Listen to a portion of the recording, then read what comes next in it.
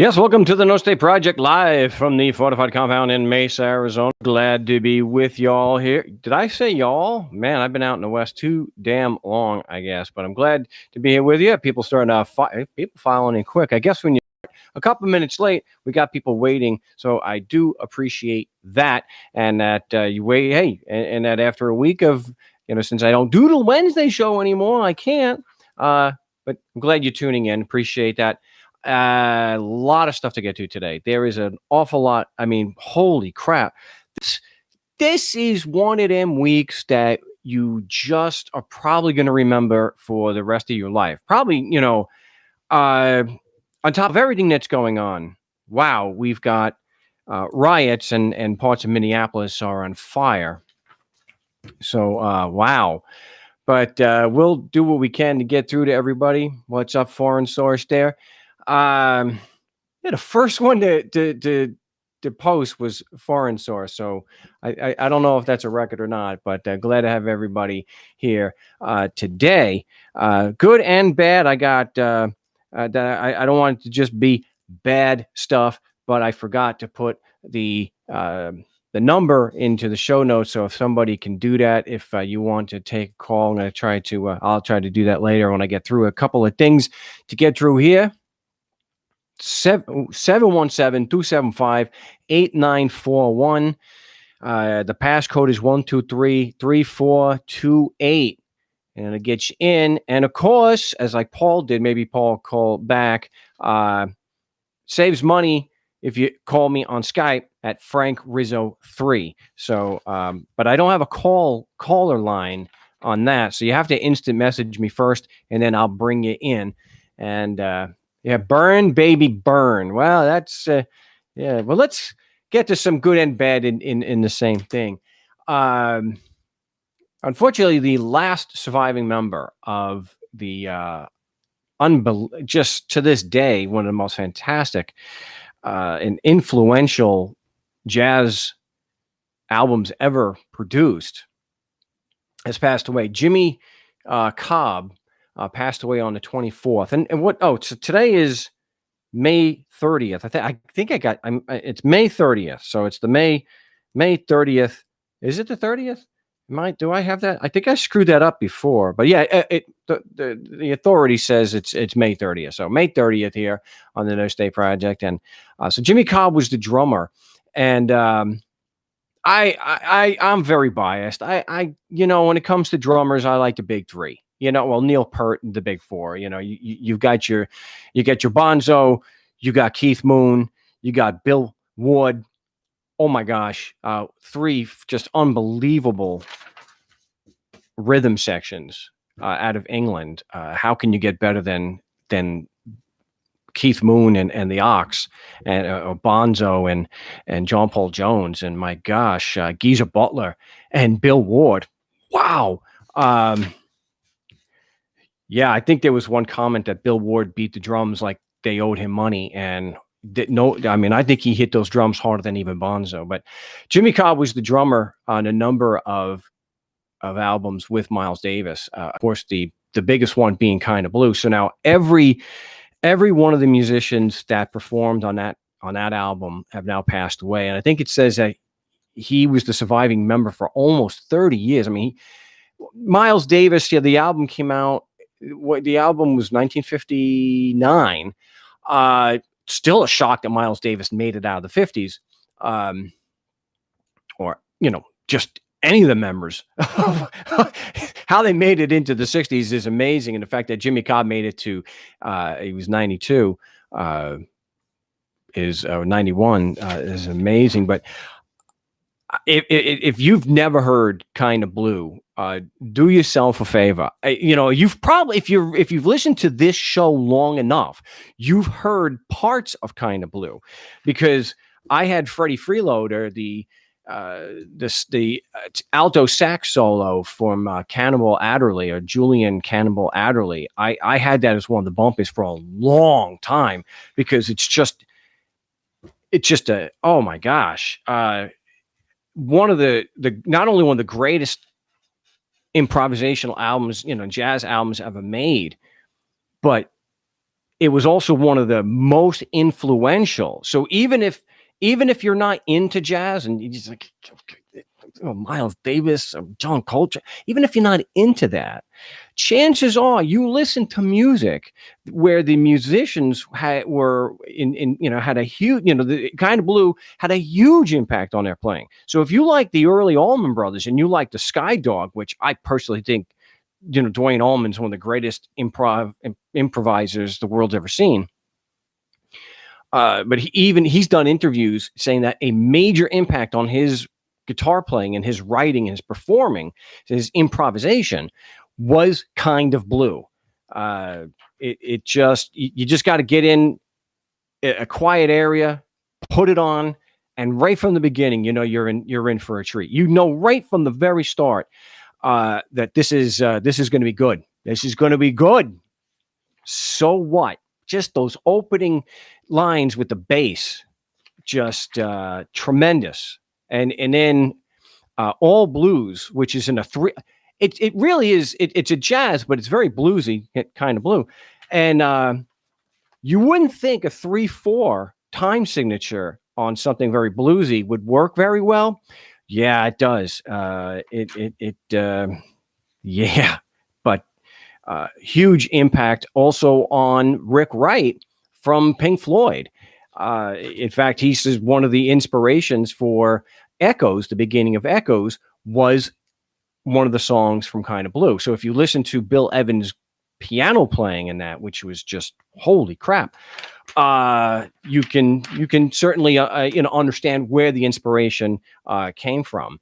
Just can't say enough. I cannot say enough about that album. I will say that Cannonball Adderley was absolutely on fire for that session, and I love his playing. He just seemed to be more of a very Charlie Parker-esque in his playing. Yeah, well, who wasn't at the time?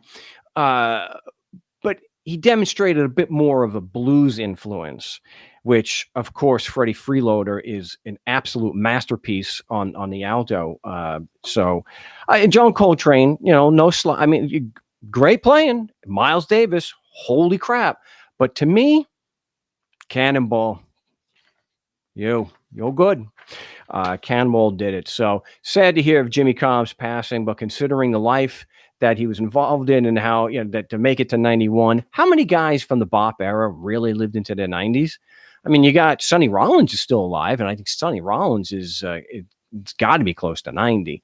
So, well, it was a good life, and he also played on Sketches in Spain and Porgy and Bess. And Porgy and Bess has one, what I think anyway, I think it's one of the greatest things that Miles Davis ever did, the Strawberry. I can't remember the whole title. It's Strawberry Fisherman and Crab, I think.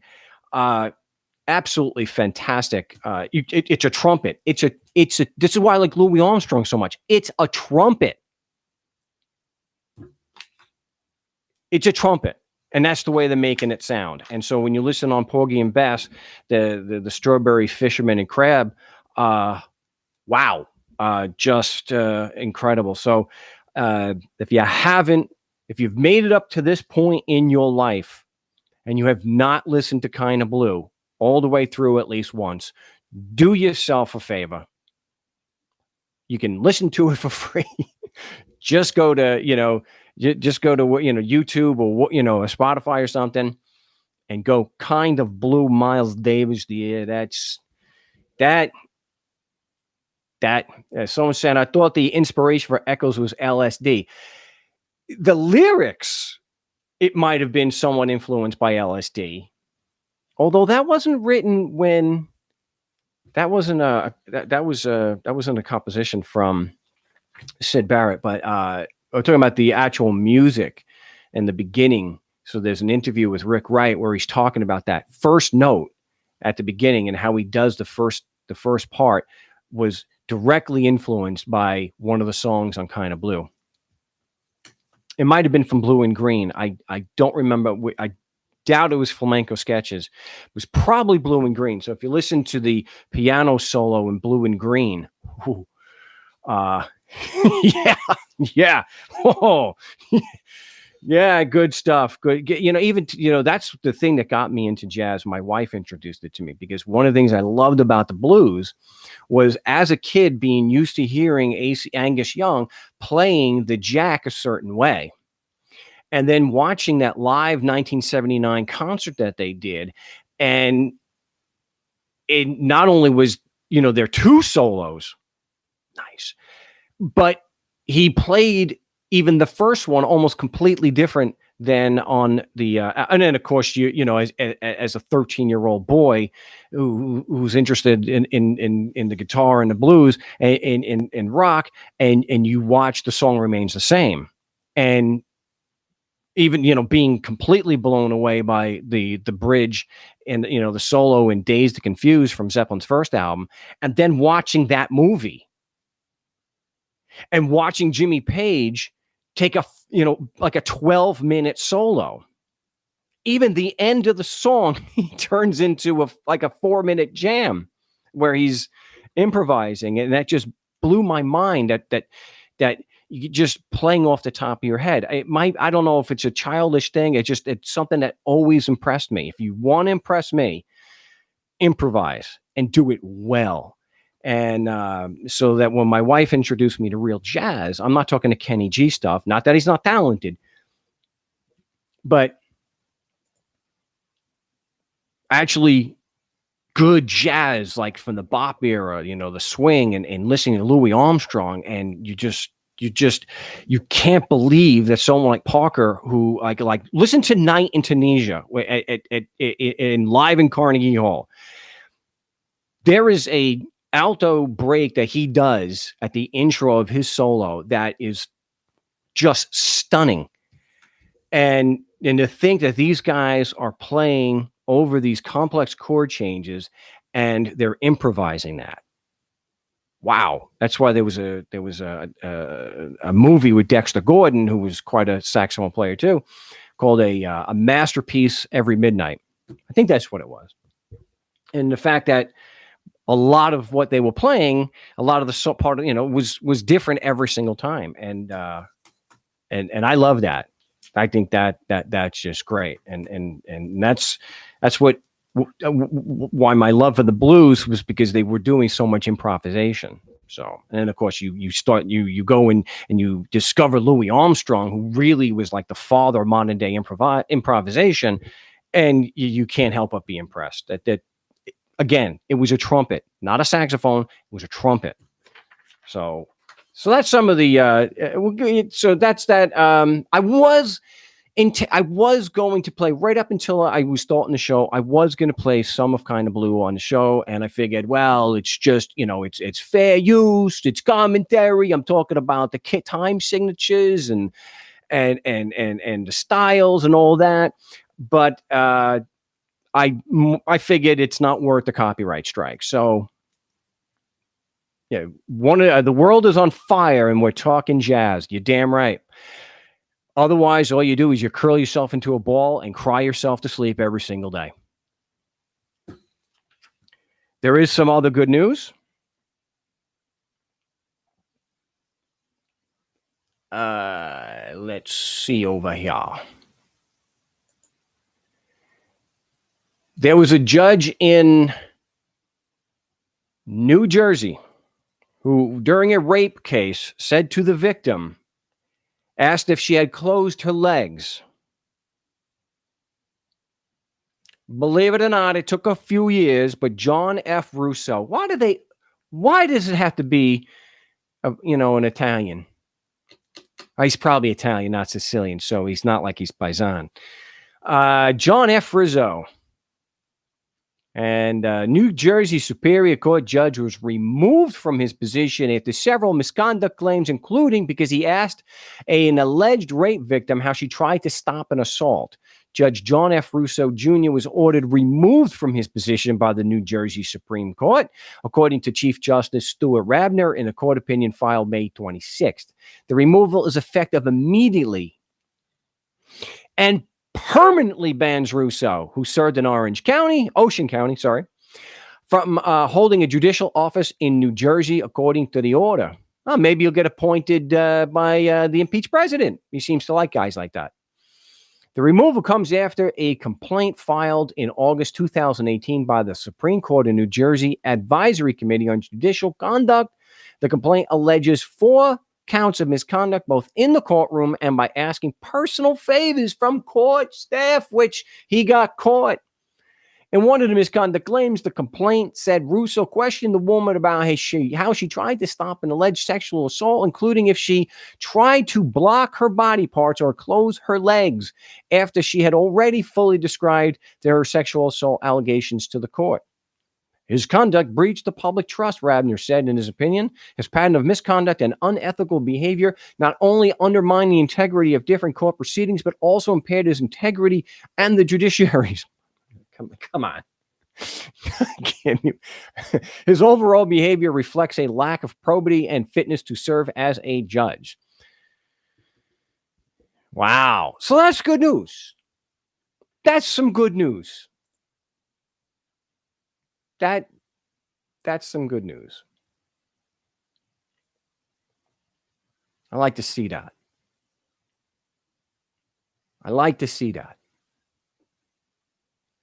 There's also good news in that the murderer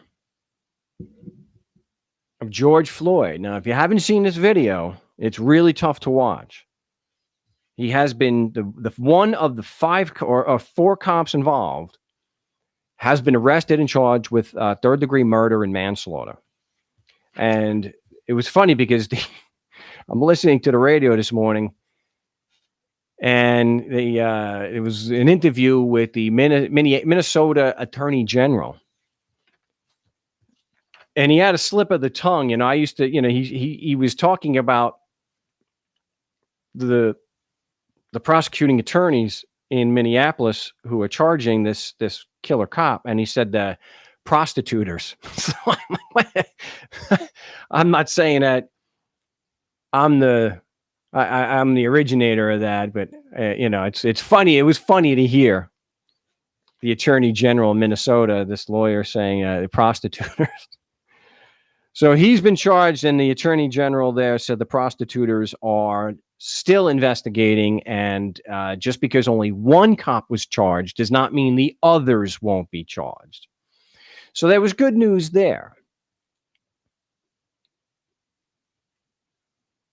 So if you haven't seen the video, it's even more disturbing than the Aragona video.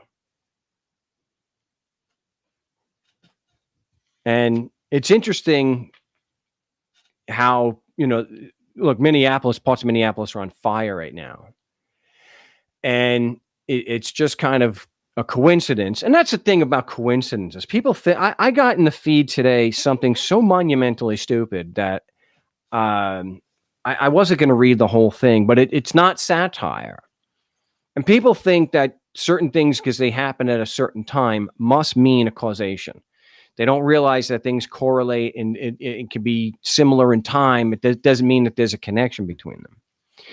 And what this post did, it made its way into my feed, is alleging, as if it's fact, that the incident in Minnesota that's on videotape of George Floyd being murdered by 4 cops was fake. The whole thing was faked. And it's being orchestrated by none other than George Soros. George Soros is funding a false murder. They faked it. So this guy, maybe, it wasn't in the post. Maybe this will be something Alex Jones, that George Floyd is just a crisis actor. He's not actually George Floyd, and he's not actually dead. The whole thing from beginning to end was completely faked. Some of the evidence that this individual is claiming is, why would the cops just patiently sit there on the guy's neck knowing they're being videotaped? Usually the cops go crazy when you're videotaping. That's true. Sometimes cops do. However, It's been 10 years or so with cell phones, and there have been many court cases that the courts keep reaffirming the public has a right to a protected right to film the police in public. Another thing is not all cops freak out when they're being videotaped, even when they're killing an innocent, a black man who did nothing to warrant death. And that's because cops generally do not get investigated and charged. Why would the cop that's got his knee on that poor guy's neck, why would he give a damn? He's out in the street, for heaven's sakes. Even if there aren't people with cell phones right there videotaping it, the stores across the street, there's so much monitoring. There's going to be a store that in there, that's going to have videotape of that. They don't have to care. Again, I'm going to go back to this. Michael Slager killed a man on video and planted the evidence. Even after the video came out and showed the official story was totally wrong. Even though he was charged, they couldn't convict him. He's only in jail because the feds got him. So the cops know 99% of the time that they kill a black person or someone else of color or someone who's poor, they know 99% of the time they're not even going to be investigated. So it's no different of an attitude than the impeached president saying he could shoot somebody on Fifth Avenue and not lose any votes. The cops know that they can literally shoot a black man or woman or child, like Tamir Rice. They can kill them in broad daylight in front of dozens of people on HD video. They can admit it readily. I killed him. And they're not going to face any repercussions. That's one of the reasons, the main reason why these cops could be standing on his neck and not give a damn that somebody was, because another thing to consider here, if you watch the video, if you know anything about cops, none of the cops were doing anything to stop him, because in the cop's mind, there is nothing wrong with putting your knee on a black man's neck and choking him out. There's nothing wrong with it. So why would a cop who doesn't think he's doing anything wrong care that he's being videotaped? They don't have to give a damn. How many times have we said, I've said it on the show, they don't have to care. They have the luxury of not giving a damn because they know the system has their back, that even if they're charged, they're going to get overcharged, they're going to be charged wrong, and the prosecution will throw the case. Yeah, Stewart's saying on his neck with his hands in his pockets. It was a casual murder. He didn't care. And so, people say, well, why are they protesting? Well, not all of them, not everybody in Minneapolis is protesting violently. We already know that there's a history of provocateurs that cause the violence so that you can change the narrative from police brutality to look how violent the people are. Even when someone like Colin Kaepernick peacefully protest, all the man was doing was bringing national attention to exactly what happened to George Floyd, exactly what happened to him, to bring people's attention that police have a problem. That blacks and people who are poor, as I said, and have a real problem in their lives every day in the United States. If you are poor, if you're one of the marginalized, if you're part of a minority group, you are in danger. And he took a knee, and other football players, they took a silent knee just to raise awareness. Republican types lost they went crazy. You had the impeached president who was triggered beyond belief, saying, fire the sons of bitches and just a bunch of friggin' snowflakes. Oh my gosh, a rich black man. How dare he take it? Because no one listens. They don't listen. Even when Amber Geiger, a cop who murdered someone in their own home, an innocent black man, not only do they try to smear him immediately, they don't do that with rich white people. They don't even do that. They don't do that with rich, black people. They didn't try to smear O.J. Simpson. Well, he had a history of, he smoked a joint. No, they smear the poor. And when Amber Geiger was convicted, the judge hugged her. And you talk about a prosecution throwing a case, O.J. Simpson, classic example. Christopher Darden, what did he say? It's all on YouTube. You can check it out if you're only 20 years old. He apologized to the jury. I can't even. So this is direct evidence on how prosecutors throw cases against the privileged class, whether it be the cops or it be somebody rich like O.J. Simpson. The prosecutor, Christopher Darden, apologized to the jury for having to prosecute somebody they had, probable cause and evidence, killed 2 people.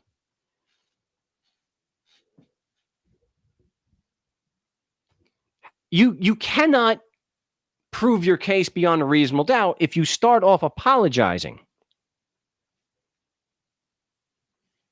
So, I reported on the Amber Geiger thing a number of months ago. Thank goodness she was convicted. But what kind of message does it send the community that was outraged and traumatized by yet another black man being murdered in his own home by a white cop who is actually convicted and the judge hugs her?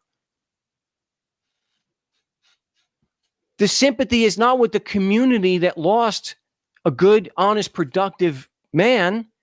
It's with the cop who killed him.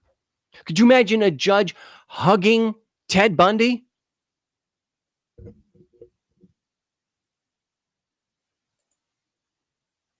It's beyond belief. And it is, and here, this is what I was going to mention, it's just a coincidence. While Minnesota is burning on this weekend, and I reported on this a number of years ago, and this always bears repeating, and people try to say, oh, black people there, it's not 1955 anymore, and this and that, and every single day, it seems. They had the EMT shot in her own home, shot 8 times dead in her own home, and her boyfriend was charged initially. That's what they do. If they wrongfully shoot a rich, pasty white boy of European, they don't charge the family when they do that to try to cover it up. This nonsense that, racism is right. Racism is dead in the United States. Racism is dead. No. And what should be taught in every single school, the Tulsa Race Massacre. This is a perfect example of people wanting to be successful and the whole American dream and do it on their own and not rely on other people who had a tremendously successful community.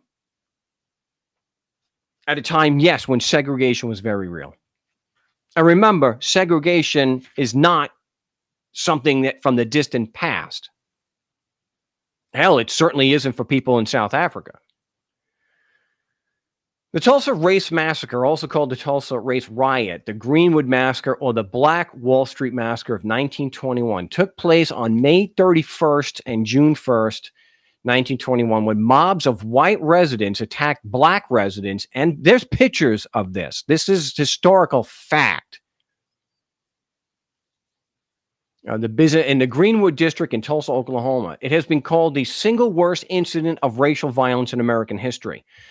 It may be up to the time, but after they were bombing a whole street in Philadelphia in the late 70s. The attack carried out on the ground and from private aircraft. Imagine an American town. I can't, the horror.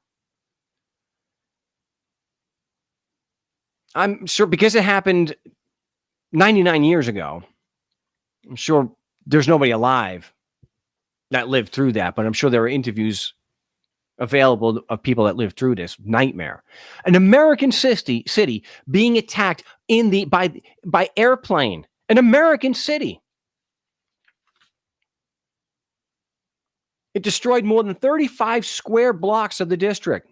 At that time, the wealthiest black community in the United States, known as Black Wall Street. More than 800 people were admitted to hospitals, and as many as 6,000 black residents, 6,000, were interned at large facilities, many for several days. The Oklahoma Bureau of Vital Statistics officially recorded 36 dead. But the American Red Cross declined to provide an estimate. A 2001 state commission examination of events was able to confirm 39 dead, 26 black and 13 white, based on contemporary autopsy reports, death certificates, and other records. The commission gave overall estimates from 75 to 100 to 150 to 300 dead. Right here in the United States, only 99 years ago. And when you can't even take a knee and silently protest to bring attention to the issue of police brutality, because the national narrative and directly from that their government, that you're disrespecting the flag, you're disrespecting vets. And it doesn't matter that vets say they got every damn right to do that. All they're doing is taking a knee. It's to keep the attention away from the police brutality. I've been subjected to police brutality myself. Not nearly as bad. I was not killed. I don't think so. But I know from my own experience how horrific that is. I know that for a long time, I had James Hahn, who I wouldn't even mention his name, who was stalking me in Mesa.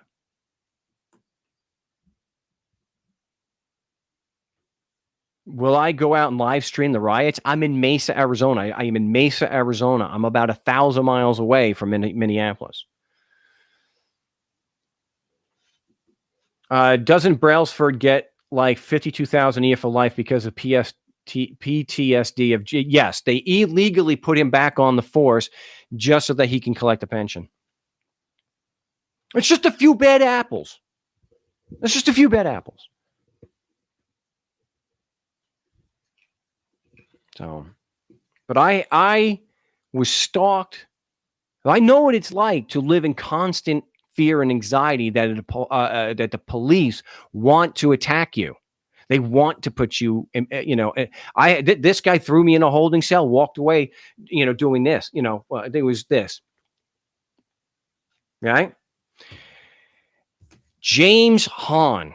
This is a guy that other cops told me they didn't want to partner with this guy because he was the type that he would shoot a child. This is the guy that wanted to set my car on fire. That even the judge was saying, what the hell was the fire department out there for a traffic stop? And I said, because this maniac wanted to set my car on fire.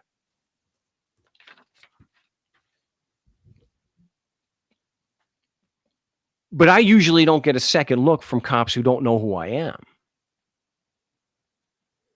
And so it's a very real thing for people who are not of European extraction, people who are black or brown, that are color, especially if they are not rich and they are not affluent to any degree.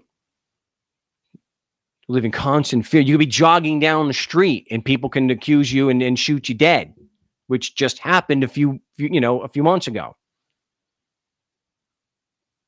And we got this week a stark reminder of the difference between pasty white and black in this country just this past month. Because white Americans can storm the Capitol building with machine guns, with AR-15s, locked and loaded, and armed to the teeth. No riot police. Once people started peacefully, just focus on the beginning, peacefully protesting the police, they came out with the riot gear. So there is a huge difference still to this day. They've even did that one video where, and I know it's just one anecdote, just one, the little social experiment they did. They took a white guy walking down the street with an AR-15 or an M16, I forget which one. The cops didn't kill him. Cops didn't throw him to the ground. They didn't pull their guns on him. Black guy with the same gun. Oh, I'm sorry, rifle. This is my rifle. This is my gun. This is for killing. This is for fun. Boy, I haven't thought about that in a long time. I hope that landed, that some people recognize that. And if you do recognize that, put it in the comments. So there's a huge difference in the way they respond. Somebody black with a gun, they're probably going to get killed. White guy with a gun, no biggie. Look how they arrest these mass shooters. There's no knee on the back of the neck of a mass shooter. Oh, that's right. I'm sorry, because the mass shootings are all fake. Full Metal Jacket. I don't think that's not where I remember that. I actually had to do that. When I was in basic training, we couldn't call our AR-15 or M16. We couldn't call it a gun. And so if you had done that, you would typically have to stand in front of a tree and do that. But yeah, I think you're right. Yeah, it is Full Metal Jacket. But we actually did that in the military. So I think I was in basic before Full Metal Jacket came out. So yeah. Verbal armament, it's not about black and white guy protests, and it's violent, black guy protests, and it's justified. Stop falling for the race baiting. Now, when you have a situation where you have white people with guns protesting in the actual Capitol, and there's no riot police, those are the facts. Yeah, yell at the tree. Those are the facts. There's video you can see. Why in several state capitals could armed white men protest at the Capitol with guns? There's no riot police. Why, when you have peaceful protests with black people protesting police brutality, there's always riot police? So no, race has, I know there's a power dynamic. I get it. And it's mostly poor. So you can be white and poor, and you're going to be treated pretty badly too. I think that's the main thing. It's just minority, black and the non-white tend to live in poor communities. Unfortunately, not true across the board, of course, but statistics, Mark. The thing is, well, statistically, there's a lot you can do with statistics. So I think did I have anything else I needed to?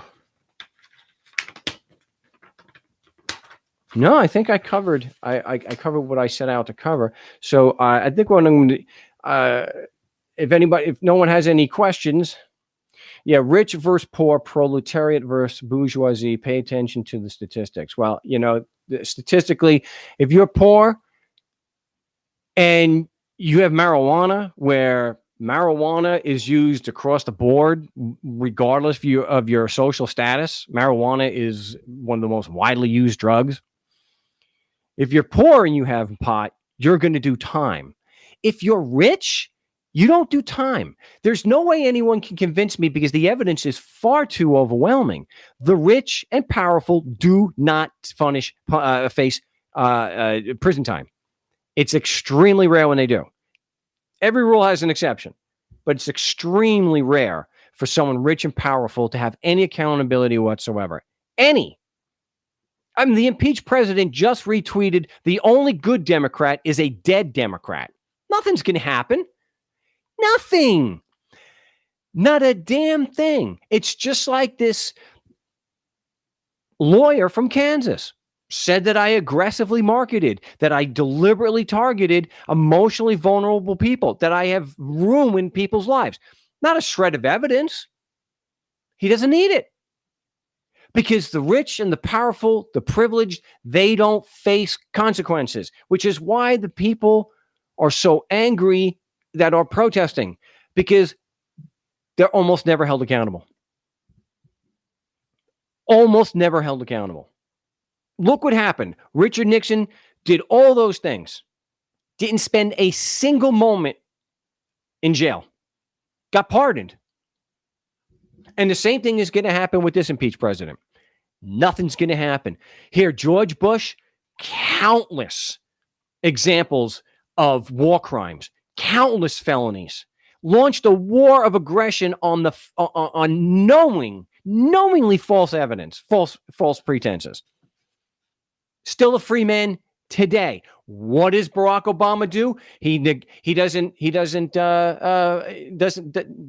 Nope, we're not going to investigate. We're not going to charge. We're going to let the country heal. You want people to heal, you have to have some accountability. People have to be held responsible. This lawyer that did this to me, he's free to do it to me and anybody else. He's free to make even more lies about me if that was his intention. Lawyers have, when it comes to complaints with the bar, yeah, that's a small, but in the, like this judge that I talked about, that's rare. You've got Dick. All right. Now, I'm not trying to minimize what this man did. He should be removed and permanently. I applaud this. You got guys like Dick Noble that are putting people in jail for 60 to 90 days for asking a question. This was bad. Did you close your legs? Yeah, I get the guy's a creep. He's an a-hole. Yeah, I get it. He should be off the bench.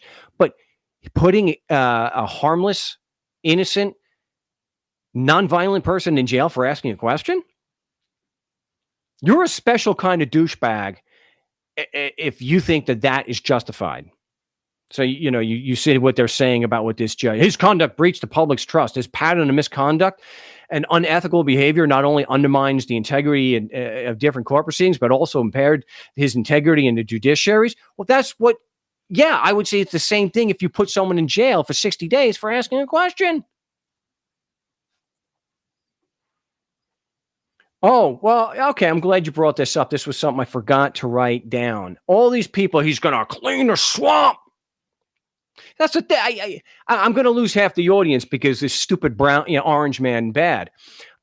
What's your thought on Trump's executive order in relation to social media, and will it help him or not in 2020?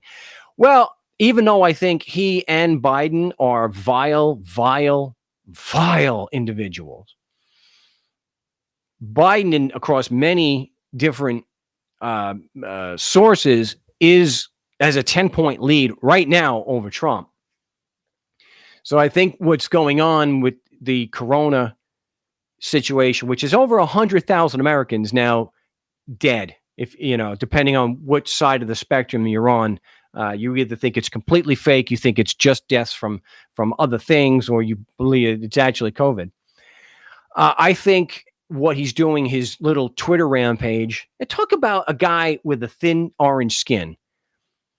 All they did was fact check him, which is a full-time job with a politician, especially this impeached president. And he wants, and for those who aren't aware, he wants to make it easier to hold the social media platforms accountable for the content. So they would be open to lawsuits, where the way it is now, they're not responsible for the content. Whoever uploaded it is, and that's the way it should be. So I think anybody who saw the impeached president as some kind of libertarian hero who's going to drain the swamp, if that's a thing, nothing convinces a Trump supporter. Nothing. They don't care. If you can frame it that he is attacking Twitter to own the libs, all the MAGA heads are going to eat it up. That's right. That's right. So I think from an anarchist standpoint, from an ethical standpoint, I think it's monstrous to do that. Although if it does survive any kind of scrutiny in the courts, I would imagine that if Twitter, I'd like to see Twitter delete his account for violating the terms of service. That would be awesome. That would just be awesome. But Oprah for president, well, that's got to be funny. Any of executive orders are not applicable. It doesn't matter. No one's saying that the executive order is applicable to us. The executive order is going to apply to companies engaged in interstate commerce so that they will have liability, so that if people like the impeached president or you me, if you want to sue Twitter for something that Donald Trump wrote, you can. That's what it's doing. The executive order has got nothing to do with the average person. It's the companies engaged in interstate commerce like Twitter. It's adding a legal right to sue them in the courts, so they can just start deleting tweets. They can just start deleting content. They'd have no choice because they would be suffering from lawsuits. So the thing is, as vile an individual as Biden is, this impeached president, he needs to either have a heart attack or get voted out. And it can't be, I think it's been hinted at before. I think Biden has already said that he will not pardon Trump. But politicians lie, and he's a typical politician. I'll leave it at that. So that was a good question to bring up. There's a lot of things that this impeached president has done that is not draining the swamp, and certainly not libertarian, and is grossly unethical.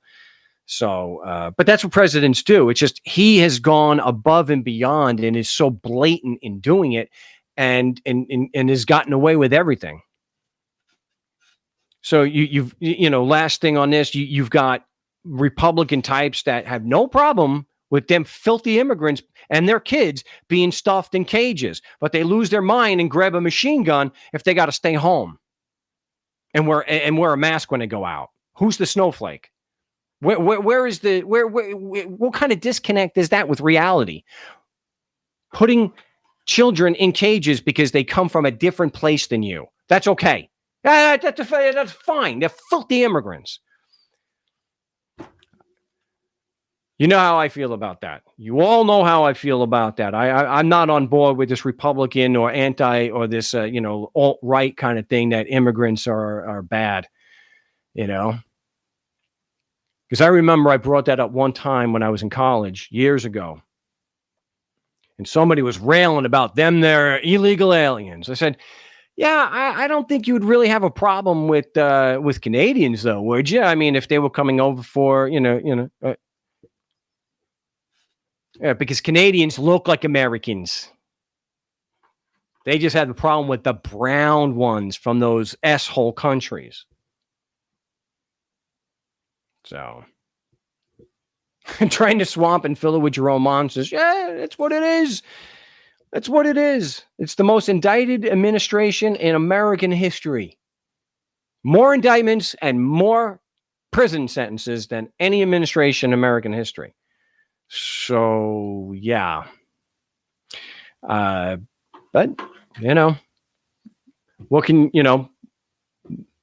what I would like to see, and, we'll see. Still, when things get back to some semblance of normalcy, keep challenging them. When we're able to go do it again, challenge them. This is an ethical issue. So obviously this doesn't apply to those people in the audience who are F you, I got mine.